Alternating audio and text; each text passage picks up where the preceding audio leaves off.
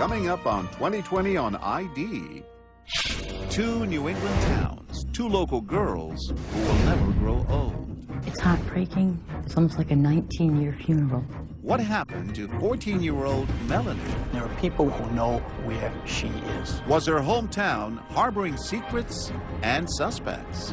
Getting drunk and hooting and hollering once in a while doesn't make you a killer. And who preyed on 13-year-old Kathy? Decades later, would a stranger finally give police a clue? He had something that had been weighing on him for 30-plus years. 2 cold cases finally getting hot. We're the closest we've ever been in this investigation. 2 families still haunted by the ghosts of autumn. Welcome to 2020 on ID. I'm John Quinones. Sometimes a crime that's unsolved lingers in your consciousness. You can't let go of it. In this hour, the stories of 2 girls who disappeared, each on a chilly fall night, leaving few clues behind. Their loss deeply affected the small towns they came from, where many knew the victim, the family, or maybe even the perpetrator. As Elizabeth Vargas first reported in 2009, decades later, the search for answers was far from over. It is Halloween season in New England, and the quiet streets of Woburn, Massachusetts are decorated with the ghosts and goblins that are the stuff of children's nightmares. But this year, the town is haunted by the 20th anniversary of a macabre local mystery that is terrifyingly real. The sudden disappearance of a pretty young girl in these dense woods on the outskirts of town. Melanie walked down the path to meet her girlfriends and other kids that were several years older than her. That was the last time that she was seen. That was 20 years ago. 14-year-old Melanie Melanson was the youngest of a dozen kids gathered in these woods that October night. Most of the older teens had been here many times before. It's just like a keg of beer, you know, maybe a couple of loose cases of beers thrown around, a nice big fire out in the woods. It was nothing out of the ordinary. We did this every weekend. Kids would come around and they would hang out and drink. Drink, smoke? Any drugs being done? I'm sure there was some marijuana. Detective Mike Pandolf and prosecutor Marion Ryan have been part of the police investigation of this case since the very beginning. She was a freshman in high school, very flattered to be invited out here. It's October, freshman year, very flattered to be out here with the older kids. Her birthday was coming up. Her birthday was coming. She was getting her braces off the next week. All kinds of things that were all very exciting.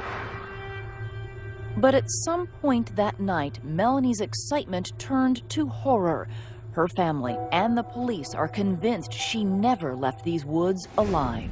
It's heartbreaking to feel that she's out there. We know she's out there. And we just want to put her precious little head on a little pillow and cover her with a blanket. And, you know, it's really heartbreaking. Just always wanted to believe that she was going to come back. And there's still a part of me that really wishes that she would just show up. But we all kind of know that that's not what we're dealing with. In the fall of 1989, when Melanie Melanson disappeared, America had a new president, the first George Bush. China had been rocked by the Tiananmen protests, and the Berlin Wall was coming down. But the world outside Woburn seemed very far away to Melanie, a vivacious 14-year-old cheerleader beloved for her sense of fun. At the time, Milli Vanilli was big. And we used to sing their songs and make up dance routines. We had big hair, and, you know, now I'm an adult and I just look back and I'm like, wow, we were just so young. Melanie was a very outgoing little girl, young girl, very happy little girl, had the biggest dimples you ever saw. She was always at a smile on her face, and never really let anything get her down. Excited to be a freshman in high school? Absolutely. She was a joy. Life hadn't always been easy for Melanie. Her parents were both substance abusers who fought constantly. Melanie had even run away from home before going to live with her Aunt Marianne and her grandmother in this apartment in Woburn. She'd had a bit of a challenge in life thus far. Yeah, Melanie had a challenging upbringing, but it wasn't without people who loved her.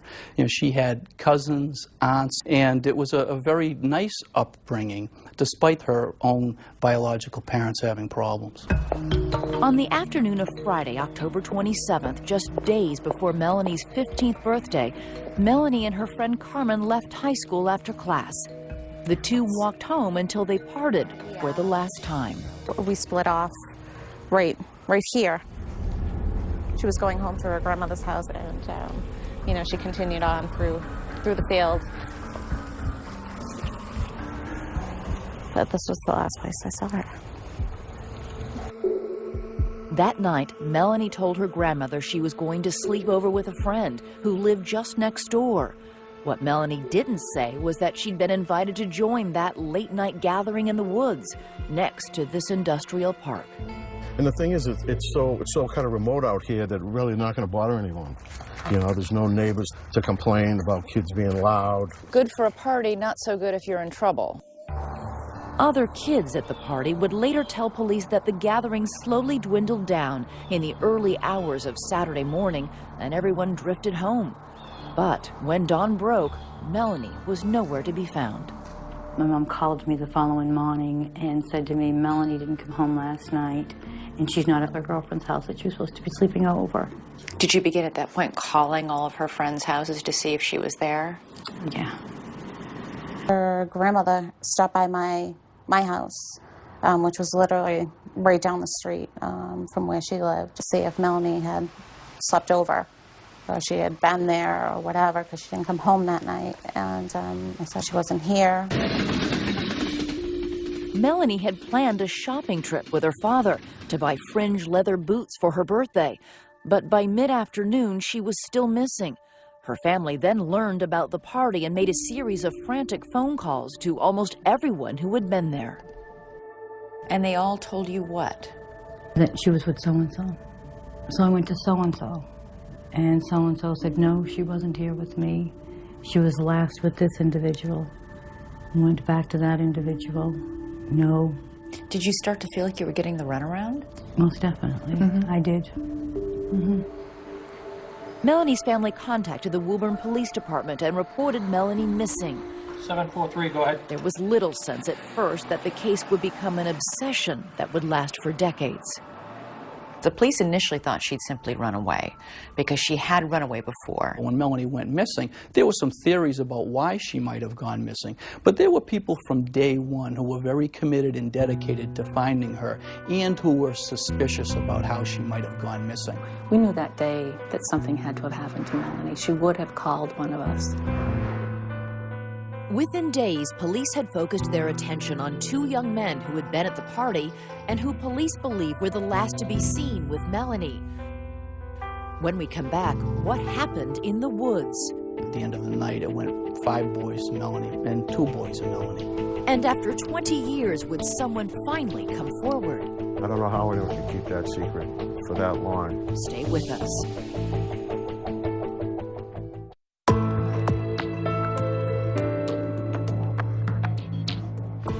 Melanie Melanson was just days short of her 15th birthday when she vanished without a trace.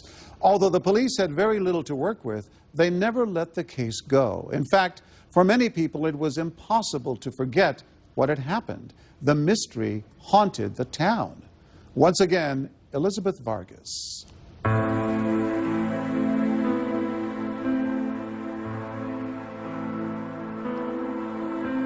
Halloween season has an eerie overlay in Woburn, Massachusetts.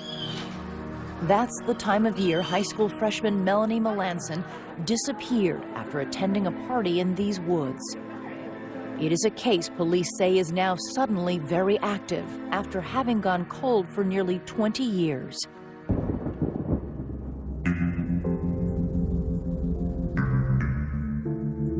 As police searched for answers in Melanie's case, the most talked about show on television was the mysterious Twin Peaks, a surreal series about a town haunted by the unsolved murder of a beautiful young cheerleader. The mystery Woburn police were wrestling with was strikingly similar and all too real. The family immediately think she also was dead, or did they continue to hold out hope? There was hope that maybe she had run away. There was hope that she had gone to a friend's home that evening, that she'd be home later the next day. But hope turned to suspicion, and suspicion turned to heartbreak as the days became weeks and weeks became months.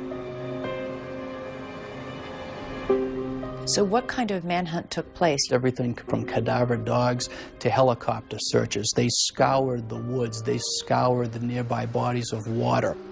Everything available to law enforcement was utilized. What are you hoping for during a grid search like that? Trying to find her, knowing that when you find her, it's not going to be a good thing. It's heartbreaking. It's hard to describe. Police eventually zeroed in on the last people said to be with Melanie when the party in the woods broke up in the hours before dawn. How late are we talking? Between 1 and 4 a.m. was a time when she was last seen with her friends. And best we know, at the end of the night, it went 5 boys and Melanie, and 2 boys and Melanie. One of those 2 boys was Jim Tresca, who was 17 years old in 1989. He says he was hauled in for questioning 2 days after Melanie disappeared in what would be the first of many confrontations with police. I was 17 years old. They take me to some state police barracks, threatening to beat the tar out of me if I don't tell them what they want to know. You know, real aggressive, you know what I mean? Tresca told the police that he left the party around 3 in the morning with a few stragglers, but Melanie wanted to stay. The party was winding down, and I offered everybody a ride home that was left at the party. She didn't want to ride. She wanted to stay behind with a friend of mine, so I drove everybody home. I went back down to the woods to make sure the fire was out, which it still wasn't, because I guess they were still out in the woods. And I went home. Tresca says Melanie stayed behind with this man, Gene Bertini, who was 16 at the time and was rumored to be having a relationship with Melanie. He would only comment to 2020 through his lawyer, Ed McCormick. Gene's statement is that when he left the party 20 years ago, Miss Melanson was alive, and that there were at least one other, and I don't know how many other people still at the party when he left. They both said that the other guy was the last one with her, didn't they? The other guy was the last one to see her that evening, not me. For nearly 20 years, Jim Tresca and Gene Bertini have stuck to their stories. They and others who were at the party have stayed in the area, and most have started families of their own. Some now have children close to Melanie's age when she disappeared. And all the while, the police suspect more than one of them has harbored terrible secrets. Now, we have reason to believe that more than one person over the years has not only concealed Melanie's body, but may also be involved in further concealing it or even moving it. Melanie's family also believes that somebody who was at the party knows more than they're telling. Are you amazed that nobody's cracked in all these years and spilled the secret? What amazes me is how they can live with themselves.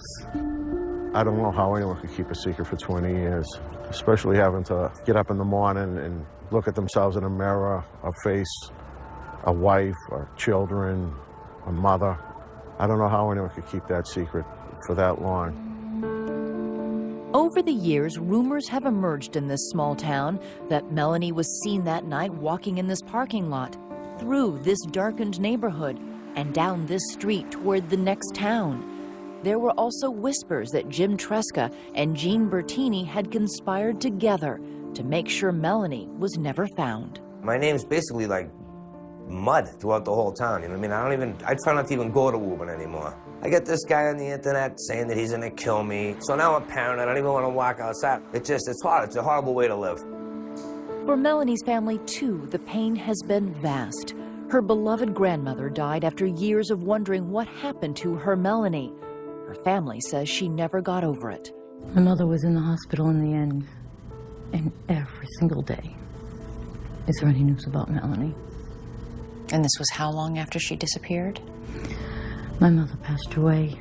Melanie had been gone almost 15 years. Mm-hmm. And what about Melanie's parents? They've both since passed away. And from the day that Melanie disappeared, they were devastated. It's the hardest thing in the world to live with, knowing that your daughter is gone.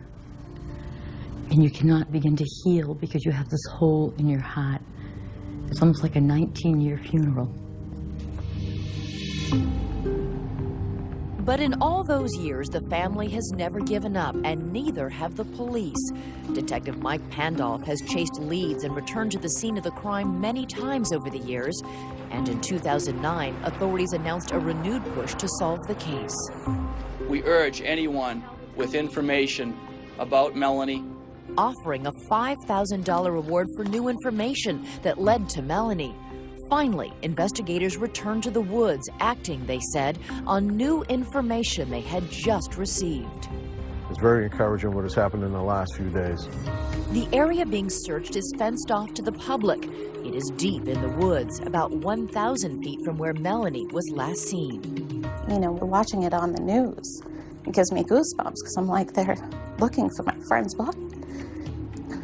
And it's just so heartbreaking. She's just a child.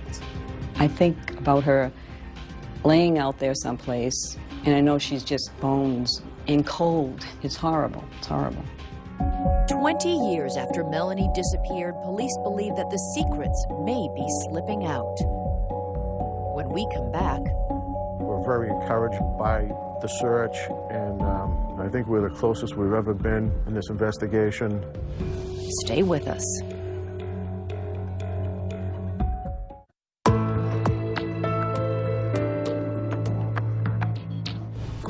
Two decades after the disappearance of Melanie Melanson, the two men who allegedly were the last to see her alive are still living under a cloud. Did they do something to Melanie, or are they victims themselves of this unsolved crime? Once again, Elizabeth Vargas.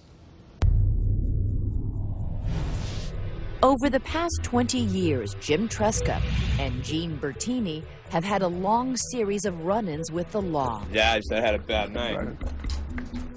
In October 2009, Jim Tresca was arraigned in the town of Lowell, Massachusetts. What? All right. On charges of domestic abuse against his girlfriend. James Tresca. I don't even really remember what happened, but I started drinking whiskey, and then I don't know, I just kind of blacked out. Upon arriving, they found the defendant in the apartment, and he was highly intoxicated. Every time I've ever, drank hard booze, something horrible's always happened to me. Tresca entered a plea of not guilty, but it is far from the first time he's appeared before a judge. His criminal record is pages and decades long. The charges range from fishing without a license to assault and battery. The assault and batteries that I got, though, it's not like it wasn't on a woman or anything, you know what I mean? Well, this time, yeah, me and my girlfriend, I don't even really remember what happened, but I mean, the assault and batteries I got when I was a kid. You know, a fight in a parking lot at a McDonald's, you know what I mean? Doesn't make me guilty of murder, you know what I mean? Getting drunk and hooting and hollering once in a while doesn't make you a killer.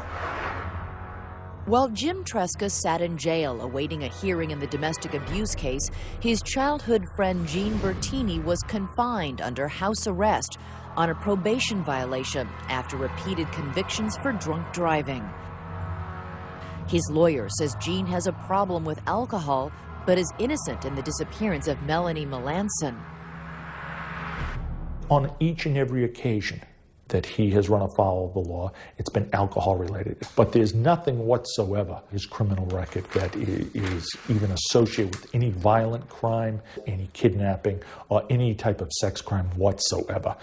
And the truth is that after 20 years, neither Jim Tresca nor Jean Bertini has ever been charged with anything in the disappearance of Melanie.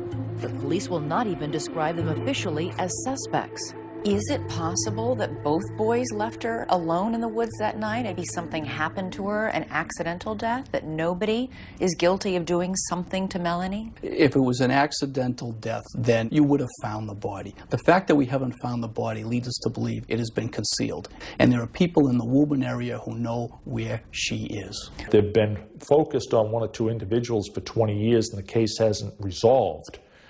That might tell you that there's a reason it hasn't resolved, because Mr. Bertini wasn't involved. It's like a witch hunt. They're just obsessed with the fact that me and a friend of mine did something to this girl, which we never did. And it's just been harassment for 20 years. The authorities will not reveal what, if anything, was found during their search in the woods. And Jim Tresco's testimony before a grand jury remains undisclosed. Still, police are hopeful that the case will soon be closed. Everyone touched by Melanie's disappearance says an end to their torment cannot come quickly enough. I've just always been cooperative, you know what I mean? Anything to help them get closure, I've done. And if there was more that I could do, I would. I don't know. You know what I mean? I just don't know. My heart breaks for our family. I miss her. I miss her. I'll do anything for her. Is it enough just to find her body?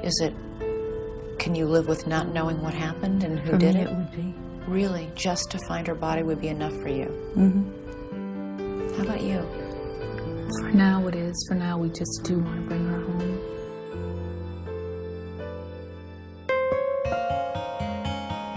In another New England town just 80 miles away, another family, like Melanie Melanson's, is haunted by a missing loved one.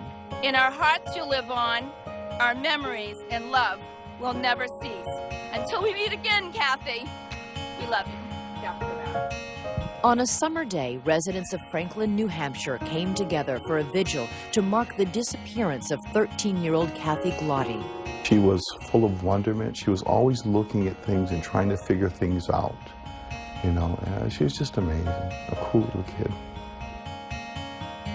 I've been working on a lot of photos for the vigil, did a board. Her face is so fresh in my mind. I lost it. I totally lost it. I mean, Janet was hugging me, I just was sobbing. Her family's emotions are still raw. But the fact is, almost 4 decades after Kathy Glotty's disappearance, police say this mystery is just beginning to come into focus. You just call my name. Kathy disappeared in 1971. This James Taylor song was a hit that year.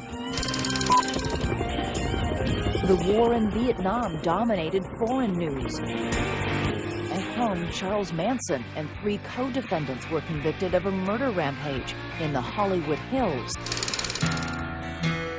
Franklin, New Hampshire, with a population of only 6,700, seemed to be far away from all that violence and danger. You know, 1971 and what it was like in your town, and, you know, people felt safe. Oh, yes, definitely. Everybody knew everybody. You know, nobody locked their doors. Anywhere. No. I was never afraid until Kathy. That changed everything. And everybody in town. Yeah. The story that would alter a whole community began on an ordinary afternoon in late November. Kathy Glotty went to a local store for ice cream and a walk across this bridge.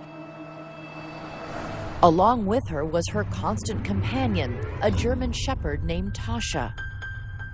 By nightfall, Kathy hadn't returned and hadn't called her family to tell them where she was. I knew that that wasn't her personality, to not let you know or not come home. Her family's worry turned to panic when Tasha came home alone. That dog climbed up on the door and was clawing at the door, just scratching at the door to get in. Standing up on 2 legs. Yes. I let the dog in. The dog ran around that house. Her dog was searching for her, definitely.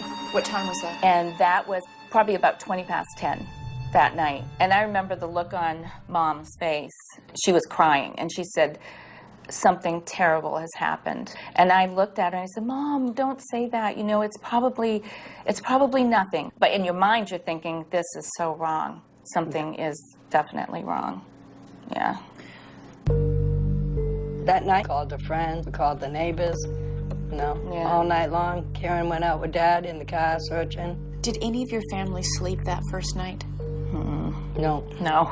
No, we were up all night. We did call the police. They said, well, we can't really do anything for 24 hours.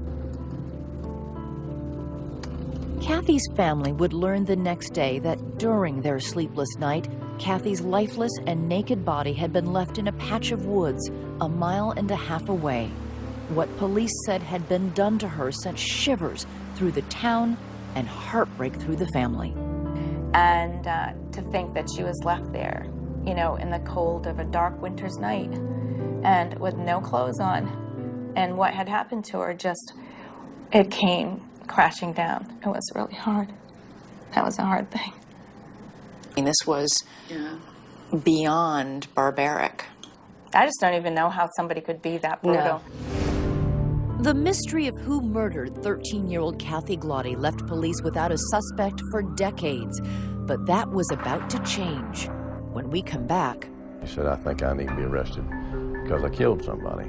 Was this the man who murdered Kathy? We didn't know his background till years down the road. What a wicked man he was. Stay with us.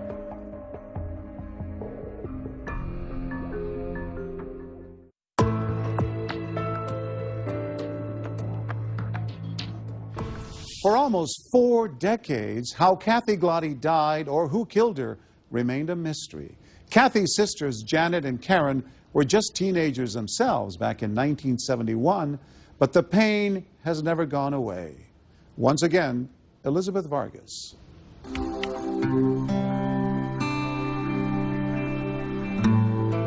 Autumn brings a chilling memory for many residents of Franklin, New Hampshire.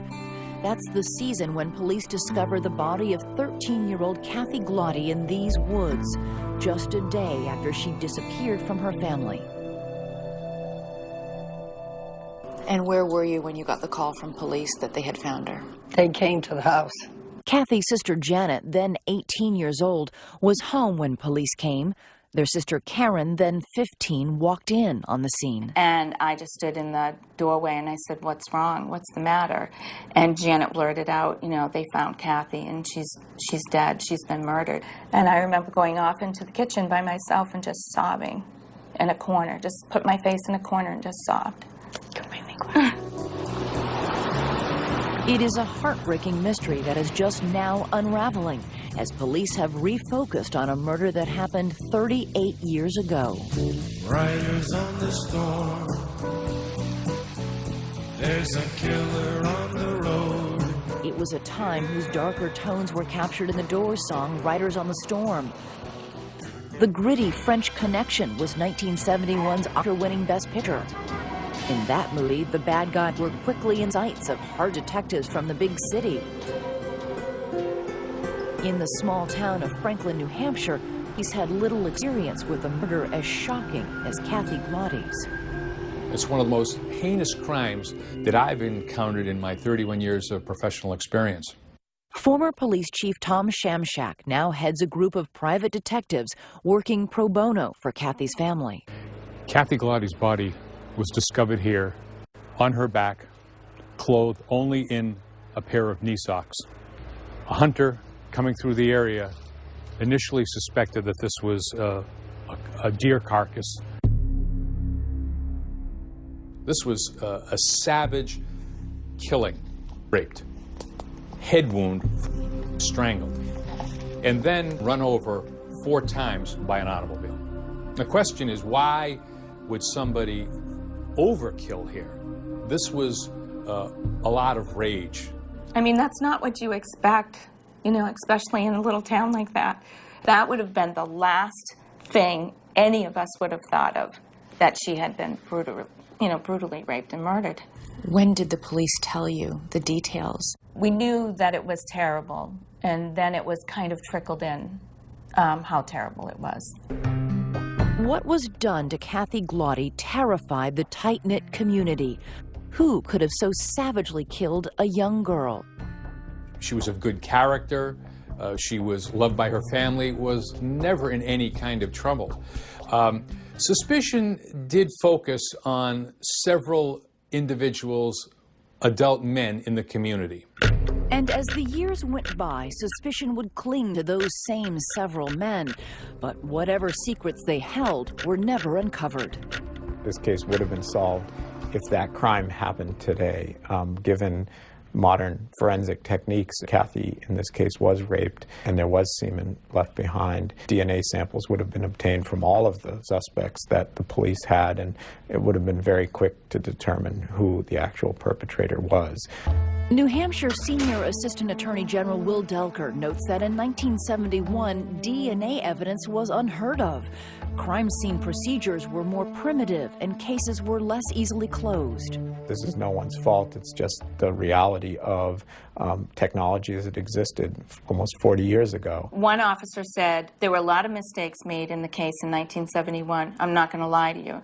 He said, but they did the best that they could with what they had. As Kathy's murder went unsolved year after year after year, there was a mounting cost to her family. How did your parents react in the years that followed? They were never the same. No. The toll that it took on them was just awful to watch as a child growing up. You just did whatever you could to try to ease their pain. I know I remember, you know, don't cry around them. Don't talk about it around them. You know, we kept a lot inside because we just didn't want to upset them, you know? And so that's the way your childhood was. It was hard. And then, of course, after your dad died, your mom committed suicide. Why do you think that happened? She said she missed Kathy. And as kids, it hurt tremendously that she had done that, because you think, how could she do that and leave you behind? You know, and it took me a while to get over that. The murder that became a double tragedy for Kathy Glotti's family may have been a crime that predated modern CSI techniques, but 38 years later, authorities say they're getting close to solving it the old-fashioned way. Many of these cold cases are solved because people come forward and say, I know something. And recently, people have been coming forward, and some of that information that they've been providing has, in fact, been valid, reliable information. One lead the police have been examining is the man who shared a house with the Glottis.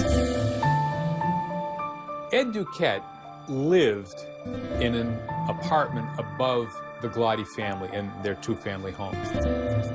He had lived there with his wife and young child. And occasionally, Kathy or one of the other sisters would be asked to babysit. I always thought he was a strange man, but I didn't feel, uncomfortable with him. Until Karen now says something happened in Duquette's apartment. I was babysitting, and at that time, he made an attempt on me. What did he do? He carried me to his bed, and he, tried to sexually molest me. How old were you?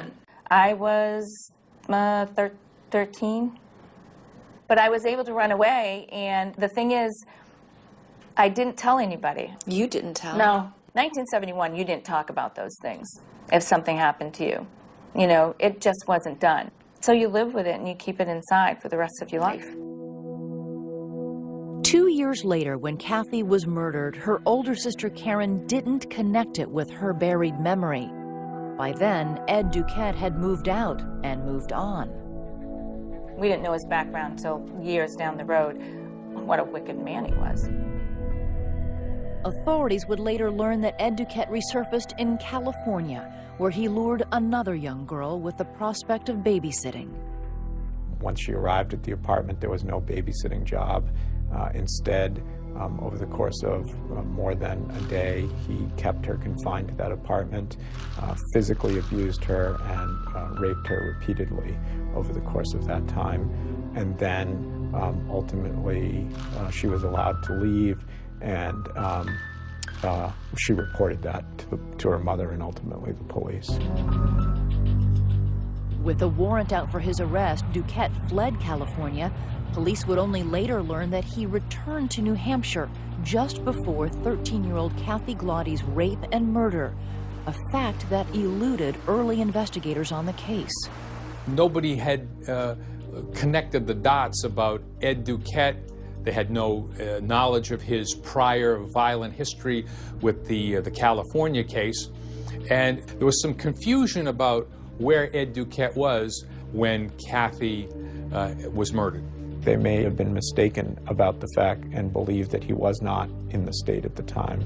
You know, we now believe that he was. There are several witnesses who placed him in New Hampshire in November and December.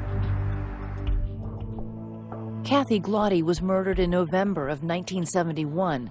12 years later, police took another crack at the case and a closer look at Ed Duquette. In 1983, when the case was reactivated, he was viewed as a person of interest. But there was no physical evidence in 1983 to link Ed Duquette to Kathy Glotty's murder. There wasn't enough to make an arrest at that time. And we have information that others could have been involved. We can't ignore that information. Kathy's family has lived in a town full of rumors and whispers about possible suspects, but with no real answers. Is she still very much there for you? Is this crime still an open wound? Oh, yes. Definitely. Definitely. Knowing she didn't die right away, that's really hard to live with. I mean, we finally found out that she was repeatedly raped, you know, so we know she fought for her life. We're the one that's crying for her, for justice.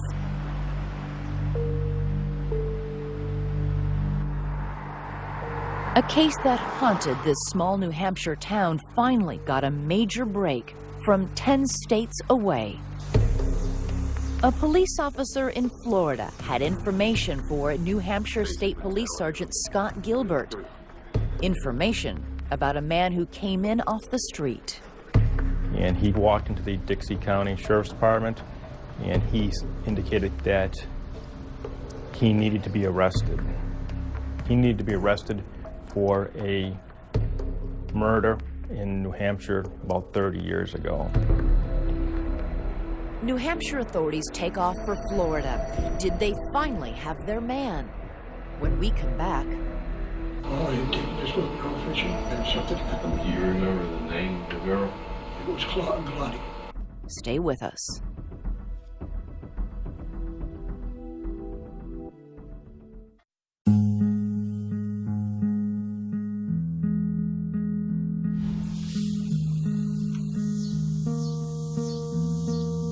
On a March morning in Florida, the last thing officers from the Dixie County Police Department expected was to solve a New Hampshire murder case more than 3 decades old.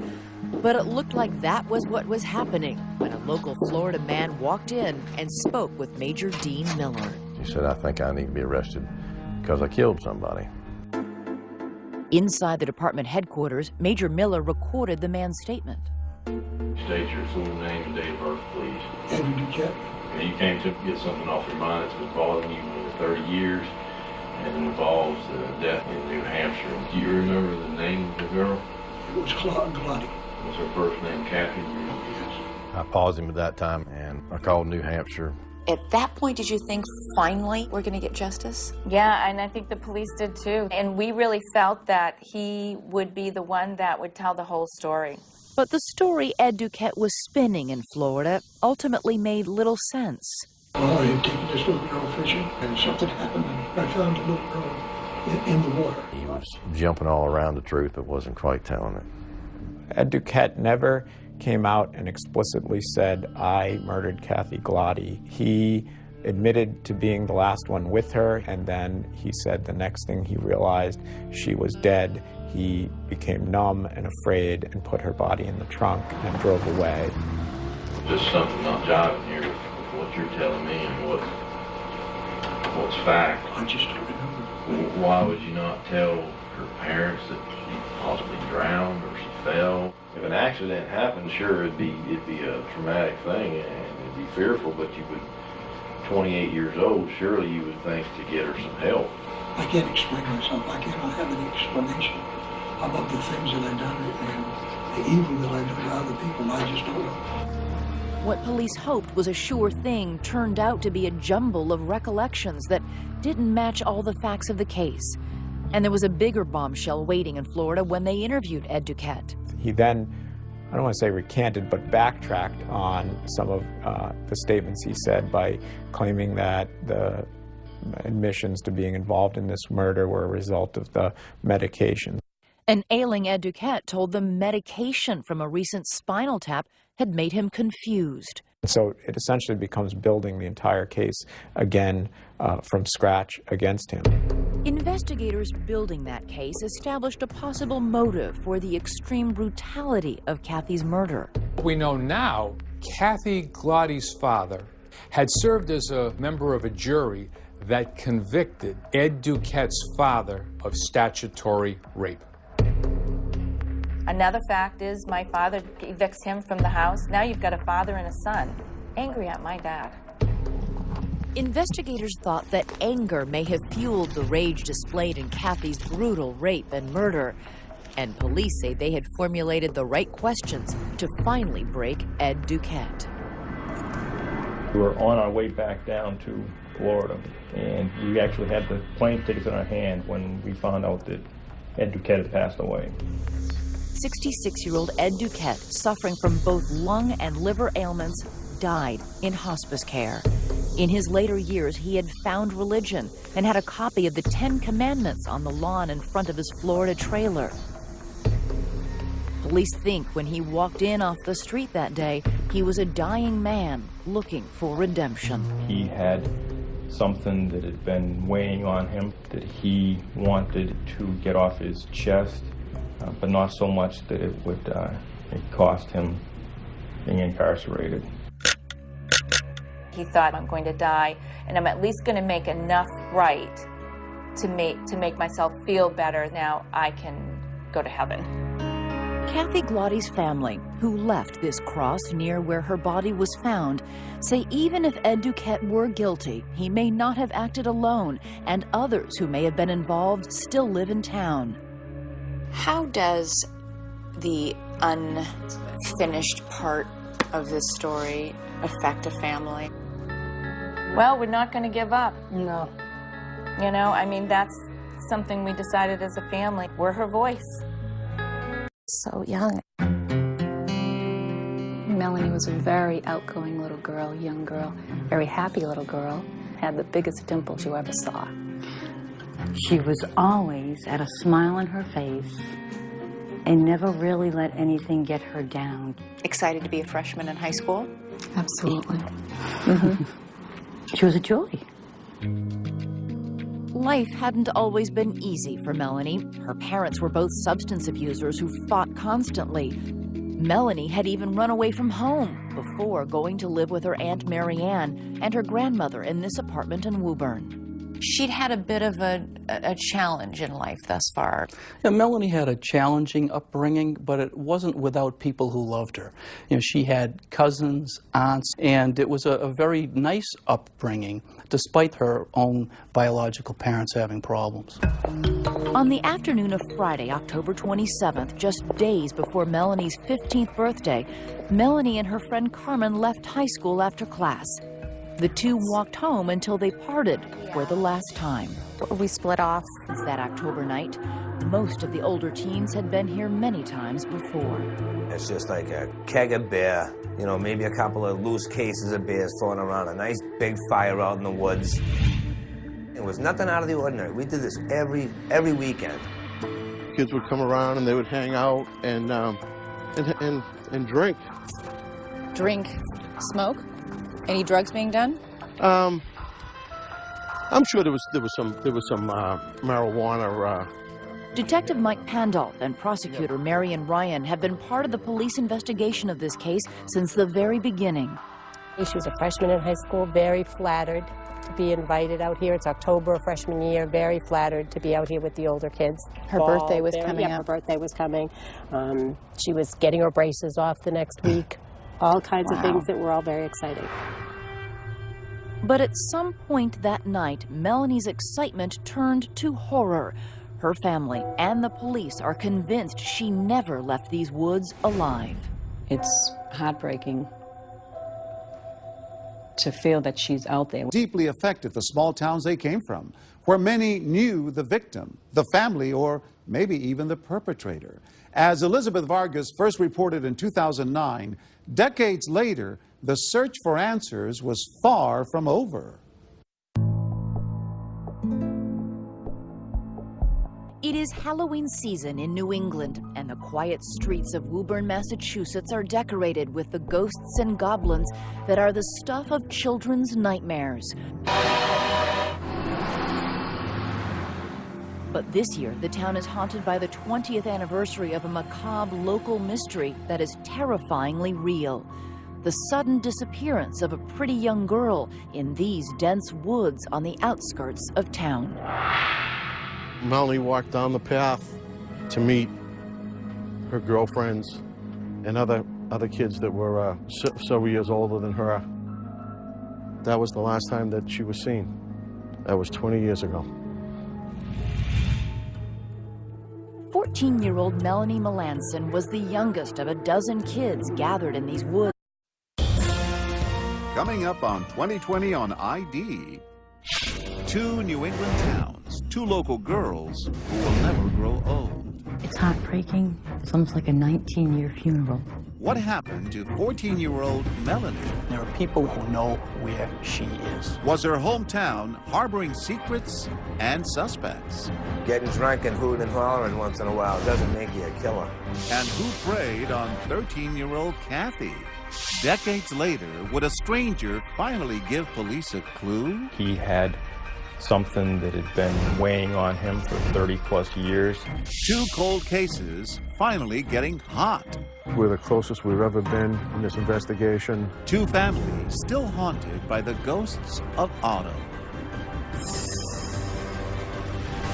Welcome to 2020 on ID. I'm John Quinones. Sometimes a crime that's unsolved lingers in your consciousness. You can't let go of it.